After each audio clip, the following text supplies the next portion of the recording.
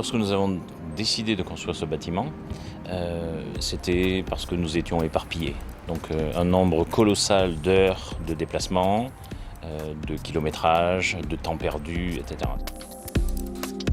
Donc il fallait vraiment arriver à construire quelque chose pour rassembler les gens et faire en sorte de recréer cette dynamique de communication à l'intérieur de la société.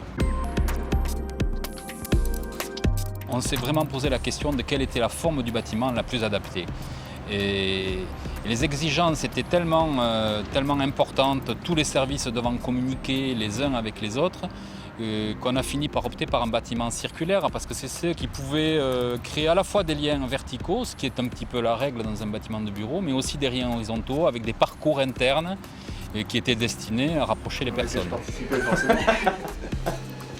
Ça fait du changement, oui, quand même. Mais, voilà, on se côtoie, on se voit beaucoup plus, c'est plus agréable. Oui, c'est plus sympathique, oui. Avant, c'était quand même beaucoup plus compliqué. Pour se voir, quoi, hein. C'était de suite, il fallait organiser une réunion. Aujourd'hui, en termes de proximité entre collègues et collaborateurs, c'est d'une efficacité redoutable par rapport à l'outil que nous avions avant.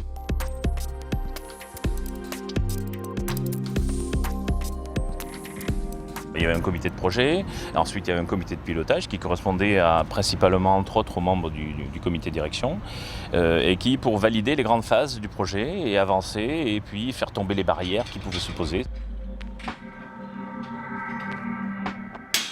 On a de temps en temps des bases vie qui sont un peu désertées en dehors des réunions de chantier. Là, il y avait, je dirais, une présence quotidienne du maître d'ouvrage. Et ce qui fait qu'en tant qu'architecte, on avait toujours l'impression d'avoir du répondant face à nous par rapport à des décisions qui devaient être prises rapidement, avec une date de livraison qui était incontournable. On a beaucoup travaillé pour essayer d'intégrer les questions de sûreté, pour les rendre, dans le terme architectural, le moins visible possible.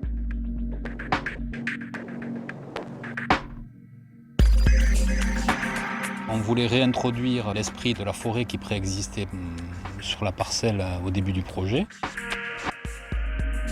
On a cherché à recréer une topographie avec des enrochements pour qu'en fait le parcours à l'intérieur du jardin soit assez varié pour qu'on puisse le prendre d'un bout ou de l'autre ou décider de passer par l'intérieur ou par l'extérieur du bâtiment en fonction de son humeur. C'est plus aéré, c'est plus agréable, voilà, c'est une petite touche de nature au milieu de tout ce vert et des matériaux un peu bruts.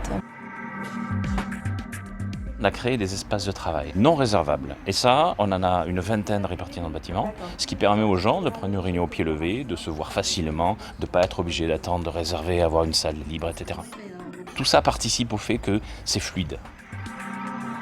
Il y a des moments, c'est des fortes négociations. On est chacun derrière ses choix et que chacun défend. Mais il n'y a pas eu de guerre, il n'y a pas eu de confrontation lourde.